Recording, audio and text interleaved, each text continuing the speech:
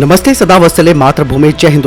दोस्तों वीडियो शुरू करने से पहले मैं आप सबका धन्यवाद करना चाहूँगा कि आप सब लोगों की विशेष से आज मैं थोड़ा सा ठीक महसूस कर रहा हूँ और एक बार फिर आपके सामने डिफेंस अपडेट्स लेकर सामने आया हूँ। आप लोगों का तहे दिल से बहुत बहुत धन्यवाद।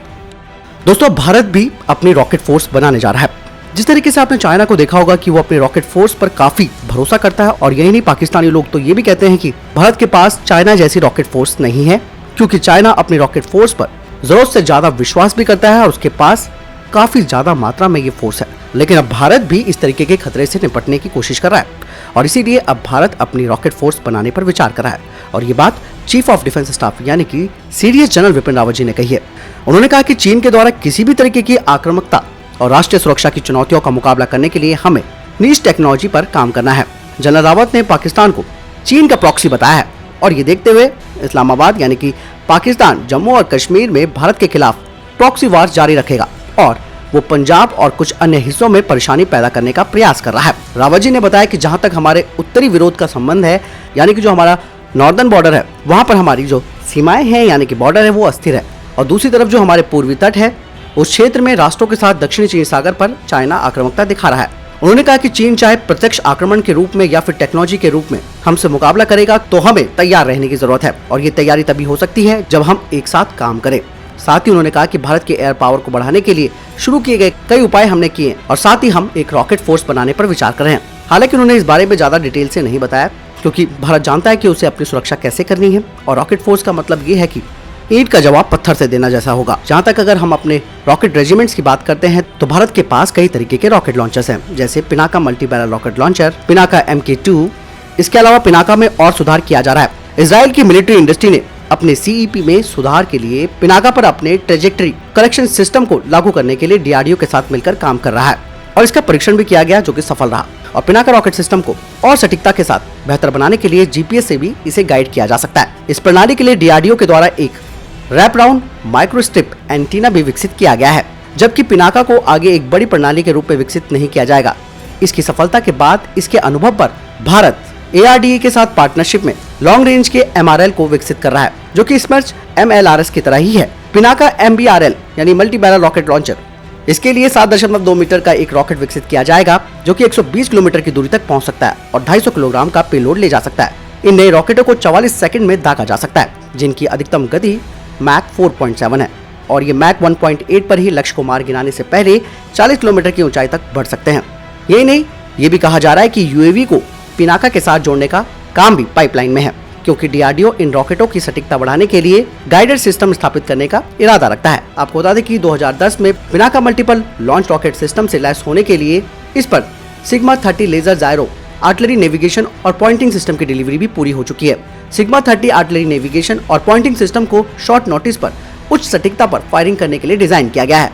एक रिपोर्ट में यह कहा गया है कि चाइना ने भारत के खिलाफ एक नई हथियार प्रणाली तैनात की है और लगातार चाइना इनका फायरिंग अभ्यास भी करता है। साथ ही कहा जाता है कि चाइना के इस तरीके के नए हथियार प्रणाली में सटीक स्ट्राइक क्षमता है, जिनकी रेंज 100 किलोमीटर है, और ये मल्टीपल लॉन्च सिस्टम है। हालांकि भारत भी इन्हें काउंटर करने के लिए सक्षम है। भारत भी बॉर्डर पर अपनी सैन्य तैनाती बढ़ा रहा है और भारत ने अपने मैप ग्रिड को अच्छी तरह से बढ़ा दिया है। इसका अर्थ ये है कि हमारी तरफ से लक्ष्य हासिल किया जा सकता है और हम हमला कर सकते हैं। जहां तक चाइना के मल्टी रॉकेट लॉन्चर सिस्टम्स की बात करें तो इनकी रेंज 280 किलोमीटर तक है, जिसमें कि AR-3 और PHL-03 हैं, जिनमें 300 mm के रॉकेट जिनकी रेंज 130 से 160 किलोमीटर है।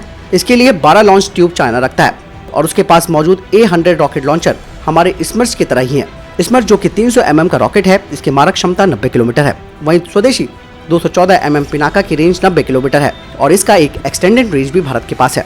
पिनाका रॉकेट 100 किलोमीटर दूरी तक जा सकता है और रैमजेट प्रोपेल्ड रॉकेट का इस्तेमाल करते हुए ये रॉकेट 200 से 250 किलोमीटर तक जा सकते हैं। लेकिन अभी हमें संख्या बढ़ाने की जरूरत है। हमें LAC पर इसका इस्तेमाल करने की भी जरूरत है।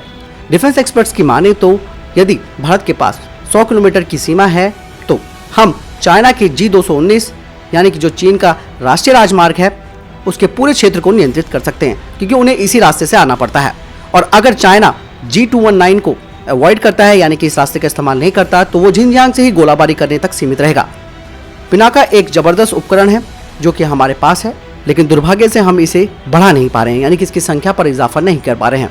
अभी हमारे पास पिनाका की 4 रेजिमेंट्स हैं 6 का ऑर्डर दिया जा चुका है। लेकिन यहाँ पर समस्या ये है कि चीनी खतरे के सामने आने से पहले हमने 22 रेजिमेंटों को अधिकृत किया था और हम 22 रेजिमेंट चाहते हैं।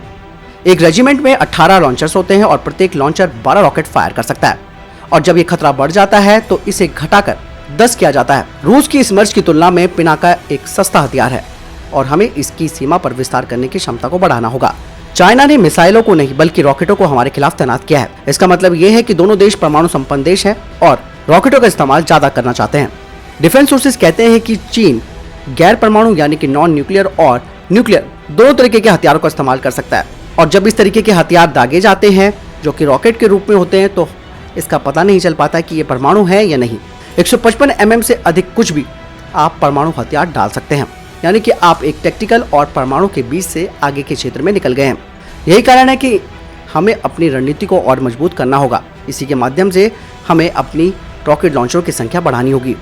जहां तक ऊंचाई वाले क्षेत्रों की बात करें तो ऊंची रेंज की जो बंदूकें होती हैं तो उसके लिए हमारे पास कोई दिक्कत नहीं है। हमारे पास लंबी दूरी की कई प्रणालियां हैं, लेकिन हमारे पास लंबी दूरी की प्रणालियों के लिए फायरिंग रेंज नहीं है। जब तक आपके पास लंबी दूरी के सिस्टम के लिए रेंज ना हो और उन्हें फायर ना किया जाए या फिर उनका परीक्षण ना किया जाए तो आपको पता भी नहीं चलेगा। अगर हम ऊंचाई पर अपने रॉकेटों का परीक्षण नहीं करते तो हमें मुश्किलें हो सकती है। तो इसीलिए अब अपनी रॉकेट फोर्स बनाने पर विचार कर रहा है, जिसमें कि जो हमारे पास मौजूदा रॉकेट फोर्स है उसको बढ़ाया जाएगा और उसके साथ साथ चाइना को देखते हुए अपनी तैयारियों को भारत को मजबूत करना पड़ेगा, और यही फैसला सीडीएस के द्वारा लिया जा रहा है। दोस्तों, वीडियो के संबंध में कोई प्रश्न, जवाब या सवाल है आपका, आप कमेंट सेक्शन में लिखकर जरूर पूछ सकते हैं। बहरहाल इस वीडियो के लिए इतना ही। मिलता हूं नई वीडियो के साथ। ख्याल रखिएगा अपना। नमस्कार, जय हिंद, वंदे मातरम।